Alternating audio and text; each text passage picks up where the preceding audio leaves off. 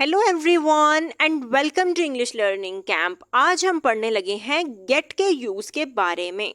आज हम पढ़ेंगे कि इंग्लिश में हम गेट को मुख्तलिफ मीनिंग देने के लिए कैसे इस्तेमाल कर सकते हैं। आज हम डिफरेंट वेज के बारे में पढ़ेंगे जिनसे हम गेट को इस्तेमाल कर सकते हैं। सबसे पहले हम फॉर्म देख लेते हैं। अगर आप अमेरिकन इंग्लिश की बात कर रहे हैं या ब्रिटिश इंग्लिश की, तो यहाँ पे थोड़ा सा डिफरेंस आता है इन दोनों में। अमेरिकन इंग्लिश में get, got, gotten, gotten third form समझी जाती है, लेकिन ब्रिटिश इंग्लिश में ये बन जाती है गेट, गॉट, गॉट, यानी इसकी सेकंड और थर्ड फॉर्म सेम होंगी ब्रिटिश इंग्लिश के मुताबिक। लेकिन अगर आप अमेरिकन इंग्लिश की बात करें तब गॉटन थर्ड फॉर्म समझी जाती है। इसमें ये एक छोटा सा डिफरेंस आता है। अगर आपने मीनिंग देना है ऑब्टेन का, रिसीव का या बाय का, तब हम गेट को इस्तेमाल कर सकते हैं। She got her degree last year. उसने लास्ट ईयर अपनी डिग्री ऑब्टेन की, हासिल की। यहाँ पे गॉट ऑब्टेन का मीनिंग दे रहा है। हम ऑब्टेन मार्क्स या ऑब्टेन डिग्री का वर्ड इस्तेमाल करते हैं। Unfortunately he could not get his dream job. बदकिस्मती से वो अपनी ड्रीम जॉब हासिल ना कर सका, ऑब्टेन ना कर सका। How did you get that information? आपको ये इंफॉर्मेशन कैसे मिली? तो जब हमने ऑब्टेन का मीनिंग देना है तब हम गेट का इस्तेमाल करते हैं। अब रिसीव और बाय देख लेते हैं। I just got your email, यानी मुझे अभी अभी आपकी ईमेल रिसीव हुई। कोई दूसरा बंदा आपको कोई चीज दे रहा है। She got a new watch for her birthday. उसको अपनी बर्थडे पे नई घड़ी मिली। गेट का मतलब है यहाँ पे हासिल करना, रिसीव करना, यानी किसी ने उसको दी है और उसने ली है, रिसीव की है। We got a new sofa, या हमने न्यू सोफा खरीदा, यानी हमने न्यू सोफा बाय किया।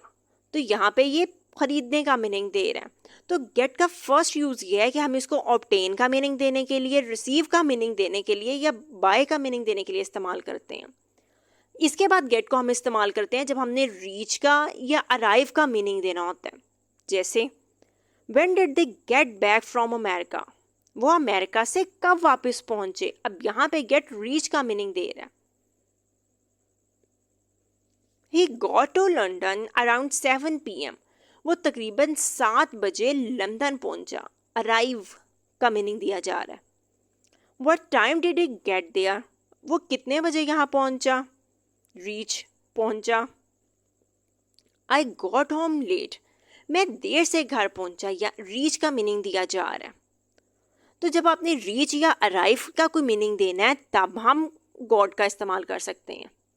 इसके बाद है टू बिकम, होना। इट इज गेटिंग डार्कर, अंधेरा हो रहा है। जब हमने इस तरह का वर्ड देना कि ये चीज इस तरह हो रही है। डोंट गेट एंग्री, गुस्सा ना करें। Don't touch the engine until it gets cool. Engine को तब तक टच ना करें जब तक ये ठंडा ना हो जाए। They really got scared when they saw the snake. जब उन्होंने सांप को देखा तो वो बहुत खौफजदा हो गए। तो जब हमने बिकम का मीनिंग देने कि कोई चीज़ इस तरह की बन रही है, बिकम हो रही है, तब हम गॉट को इस्तेमाल कर सकते हैं होना का मीनिंग देने के लिए। अंधेरा हो रहा है, गुस्सा ना करें। इंजन को ठंडा होने तक हाथ ना लगाएं, टच ना करें। वो सांप को देख के बहुत खौफजदा हो गए। इसके बाद हम गेट को इस्तेमाल करते हैं अंडरस्टैंड का मीनिंग देने के लिए।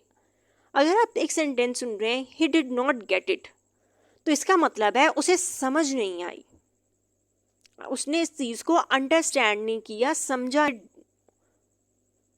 Did you get it, did you get it. तो जब आपने फर्ज करें किसी को कोई बात समझाई है और बाद में अगर आप ये पूछ रहे हैं डिड यू गेट इट, तो इसका मतलब होता है कि क्या आपको बात समझ आ गई है, कि आपने इस चीज़ को, बात को अंडरस्टैंड कर लिया है।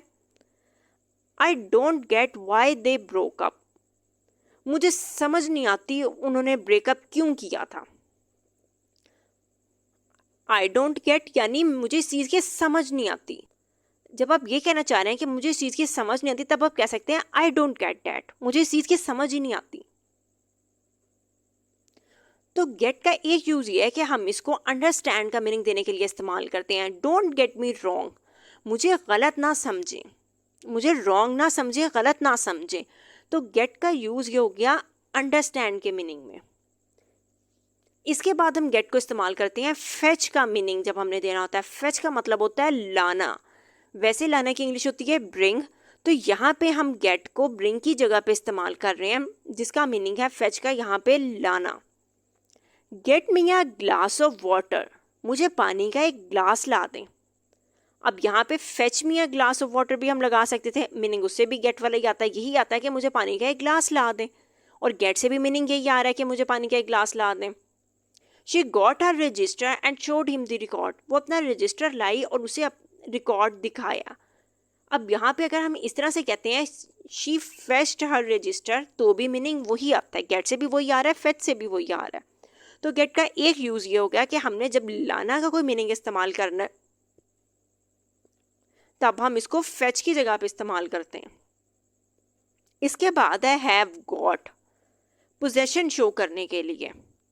I have got a new car, मैंने एक नई गाड़ी ली है। पोजेशन बताई जा रही है, मलकियत बताई जा रही है। पोजेशन का मतलब होता है ये चीज़ अब मेरी है, जब हमने इस तरह का मीनिंग देना। She has got a new home, उसने नया घर लिया।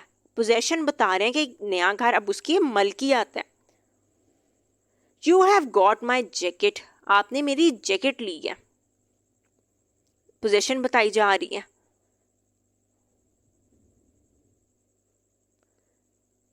तो गेट के मुख्तलिफ तरह के यूज़ हैं। ऑब्टेन का मीनिंग देने के लिए, रिसीव का या बाय का मीनिंग देने के लिए, रीच या अराइव का मीनिंग देने के लिए, अंडरस्टैंड का मीनिंग इस्तेमाल करने के लिए, या फेच का मीनिंग देने के लिए, लाने की जब हमने वर्ड इस्तेमाल करना है, या फिर पोजेशन शो करने के लिए भी हम गॉट को इस्तेमाल कर सकते हैं। अब यहाँ पे हमने इसको हैव लिखा था, इसलिए हमने यहाँ पे गॉट लिखा हुआ है। I have gotten a new car अगर आप लगा रहे हैं तो सेंटेंस वो भी बिल्कुल ठीक है, वो अमेरिकन इंग्लिश के मुताबिक आएगा गॉटन।